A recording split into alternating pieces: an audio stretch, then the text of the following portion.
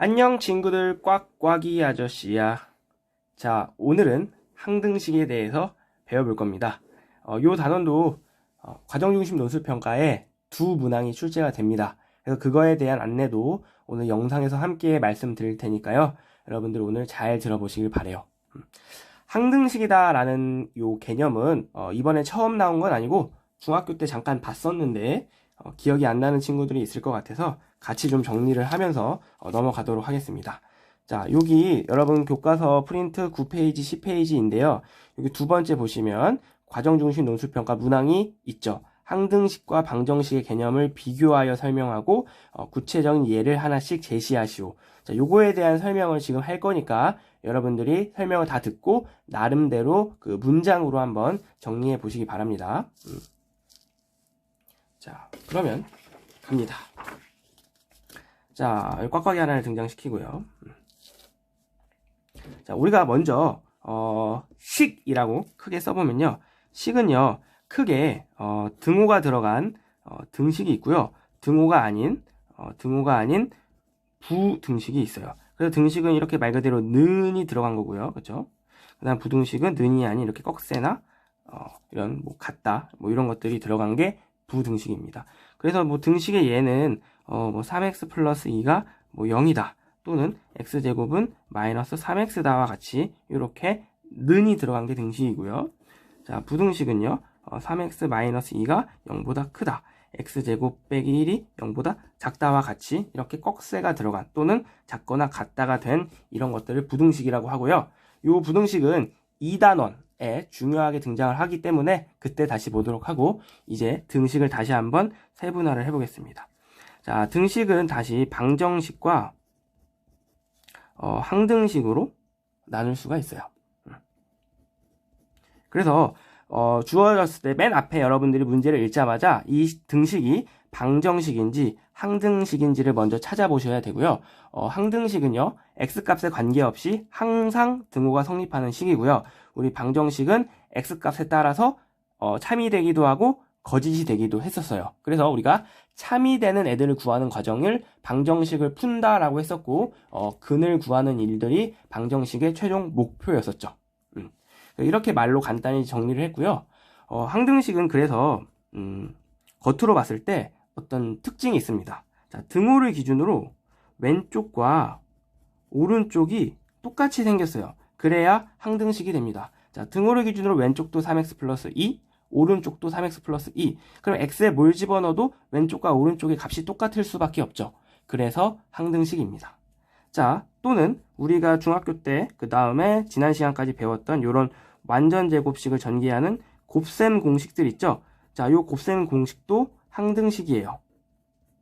아니 선생님, 왼쪽 오른쪽 다르게 생겼잖아요. 그래도 왼쪽을 전개하면 오른쪽이랑 똑같죠. 그래서 얘도 항등식입니다. 자, 그 다음에 나눗셈 때 배웠던 우리 검산식 있죠. 자, 우리 x제곱 플러스 x 플러스 2를 x로 나눴을 때 몫이 x 플러스 1이고 나머지가 2다 라고 하는 요 검산식도 여러분 항등식이다 라는 사실을 기억하시면 돼요. 자, 얘네들은 왼쪽 오른쪽이 다르게 생겼지만 전개하면 똑같기 때문에 항등식이 된다 이 말이죠. 여기까지 되겠습니까? 그래서 요 사실로부터 우리 항등식의 성질을 한번 이끌어내 보도록 할게요. 자, 성질은 이런 게 있어요. 자, 이런 게 시험 문제 나옵니다. 자, 3x 플러스 2는 3x 플러스 네모. 자, 주어진 식이 항등식이 되게끔 네모 안에 알맞은 수를 넣어보세요. 그럼 여러분들 누구나 여기다가 2라고 얘기할 겁니다. 왜요? 라고 묻는다면 항등식이니까 왼쪽 오른쪽이 똑같아야 되기 때문에 여기가 2일 수밖에 없다 해서 우리 항등식은요, 최종 목표가 x값을 구하는 일이 아니라 이렇게 정해지지 않는 미정계수를 구하는 것이 항등식의 목표예요. 뾰로로로로롱. 자, 목표를 써보면, 자, 항등식은요, 미정계수를 구하는 일입니다.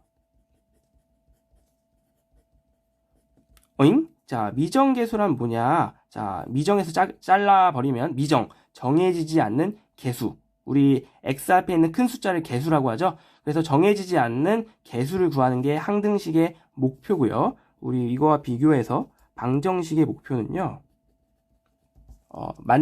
만족하는 근 또는 우리 해라고 하죠. 근해를 구하는 일. 이렇게 항등식과 방정식의 목표 자체가 일단 다릅니다. 그쵸? 그래서 근해를 구한다는 일은 요 x 값을 구하는 게 우리 최종 목표고요. 우리 요 네모라는 걸 우리가 뭐 a 또는 뭐 b라고 우리 많이 쓰잖아요. 그래서 미정계수는 a와 b 값을 구하는 일이 최종 목표가 될 거예요. 자, 그래서 자, 이렇게 보죠. 자, ax 플러스 b는 0일 때 우리 주어진 식이 항등식이 되기 위해서는 a, b가 즉 미정계수가 어떤 값이 되어야 될까를 생각해 보시면 여러분들 x에 뭘 집어넣어도 성립을 하려면 요 등호를 기준으로 항상 x에 뭐가 들어가도 왼쪽이 0이 돼야 돼. 자, 그러기 위해서는 x가 계속 바뀌어도 x가 아무리 팔딱팔딱 거려도 a가 뭐가 되기만 하면 이 부분이 날아가 버립니까? a가 0이 되기만 하면 x에 뭘 들어가도 이 부분은 0이에요. 그렇죠? 그러면 나머지 b도 뭐가 되면 되겠습니까? 자연스럽게 0이 되기만 하면 돼요. 자, 이렇게 ax 플러스 b는 0이 항등식이 되기 위해서는 이 미정계수 값들이 모두 0이어야 합니다. 자, 같은 방식으로 ax제곱 플러스 bx 플러스 c는 0. 2차식이죠? 자, 이것도 일반화 시키면 x 앞에 있는 요 a, b 값들이 모두 0이 돼 버리면 x 값에 상관없이 등식이 항상 성립하게 된다 이 말입니다. 아, 선생님, 전 좀 다르게 설명하고 싶어요. 자, 우리 0이라는 값을 어떻게 써도 돼요? 0x 플러스 0이라고 써도 되죠. 그러면 우리 항등식은 왼쪽과 오른쪽이 똑같이 생겨야 되는 거니까 왼쪽과 오른쪽을 비교해보면 a도 0, b도 0 이렇게 해서 설명해도 되고요. 그죠? 그래서 이렇게 항등식의 성질을 먼저 알아봤습니다. 그래서 애초에 방정식과 항등식은 목적이 다르다는 거예요. 자, 예를 들어서요, 이런 게 있어요. ax 플러스 b는 0이다라는 식이 주어졌는데 이 식이 방정식이라고 하면 목표가 근을 구하는 거기 때문에 이걸 만족하는 x값, 즉 1차 방정식을 푸는 마이너스 a분의 b를 구하는 거고요. 요 식이 항등식이다 라고 문제에서 주어지면 미정계수를 구하는 거기 때문에 요 a, b 값을 구하는 거고 우리가 요 성질에서 a도 0, b도 0이라고 구해내셔야 돼요. 여러분들 그 문제 풀 때 맨 앞을 잘 읽으셔야 돼요. 고등학교 때는 이 식이 항등식인지 방정식인지 아셔야 된다 이 말이죠. 자, 이렇게 내가 그림을 그리면서 설명을 했는데 여러분들은 이걸 멋있게 문장으로 표현하고 각각의 예시도 적으실 수 있으셔야 됩니다. 그대로 출제가 될 테니까 해보시기 바라고요. 이제 우리 교과서에 있는 문제를 하나 풀면서 두 번째 출제되는 문제에 대해서 알아보도록 할게요. 자, 여기다 한번 적어볼게요. 이것도 꽉꽉이 중요한 거니까 꽉꽉이 하나를 드리겠습니다. 자, 이렇게 나왔다고 칩시다. 다음 등식이 x에 대한 항등식이 되게 하는 상수 a, b 값 구하기. 이렇게요. 그리고 그러면 다음 등식이 뭔지 줘야겠죠. 자, 요거는 너네 그 프린트물에는 없고요. 교과서에 있는 예시인데요. 어차피 여러분 교과서 풀어볼 거니까 교과서 예제를 가지고 설명을 해보도록 할게요. 자, 다음 등식이 x에 대한 항등식이 되게끔 하는 요 a, b 값을 구하라고 하는데요. 자, 이걸 푸는 방법은 총 두 가지가 있습니다. 방법 1, 방법 2. 그래서 여러분들 그 과정중심 논술평가에도 요 부분이 바뀌어서 출제가 될 거고요. 방법 두 가지를 모두 사용하셔야 됩니다. 자, 그리고 여러분들이 문제를 읽을 때 놓치지 말아야 되는 부분이 항등식이 된다라고 했기 때문에 여기서의 목표는 x값을 구하는 일이 아니라 여기에 있는 요 a, b, c 요 미정계수를 구하는 것이 우리의 목표입니다. 그렇죠? a, b, c까지. 자, 방법 1은요. 우리가 항등식이 되기 위해서는 왼쪽과 오른쪽의 모양이 똑같아야 된다고 했었어요. 그래서 그게 우리를 개수비교법이라고 하거든. 이름은 안 외우셔도 되는데 어떻게 하셔야 되는지는 아셔야 돼요. 자, 왼쪽 x세제곱 플러스 ax 플러스 2. 자, 오른쪽 모양과 왼쪽 모양이 똑같은 게 항등식이기 때문에 오른쪽 모양을 전개를 합니다. 이렇게 전개. 자, 그러면 x세제곱 플러스 bx제곱 플러스 cx. 자, 전개했고요. 그 다음 플러스 자, x제곱 플러스 bx 플러스 c. 그럼 오른쪽을 동류항끼리 정리를 하면 x세제곱, 그 다음에 x제곱은 b 플러스 1로 묶고요. 그 다음에 b 플러스 c로 묶고요. 그 다음에 c로 묶고요. 자, 이렇게 전개를 해놓으면 요 왼쪽과 요 오른쪽에 개수를 비교하는 겁니다. 그럼 x세제곱 똑같이 생겼고요. 자, a는 x 앞에 개수니까 x 앞에 개수인 b 플러스 c랑 똑같아야 되고요. 자, x제곱은 왼쪽에 없으니까 b 플러스 1이 0이 돼야 되고요. 그 다음 c는 상수기 때문에 2가 돼야 되고요. 이렇게 말 그대로 개수들, 양쪽의 개수들을 비교하는 방법 해서 개수비교법이라고 합니다. 그래서 여기서 b가 마이너스 1이 나오고요. a는 어떻게 구한다고 그랬어요? b 마이너스 1과 c 2를 더해서 구한다고 했습니다. 그래서 이렇게 우리가 a, b, c 값을 구해낼 수가 있어요. 선생님, 근데 개수비교법을 쓰기 위해서는 사전 작업이 필요하군요. 좋아요. 자, 사전 작업이 뭡니까?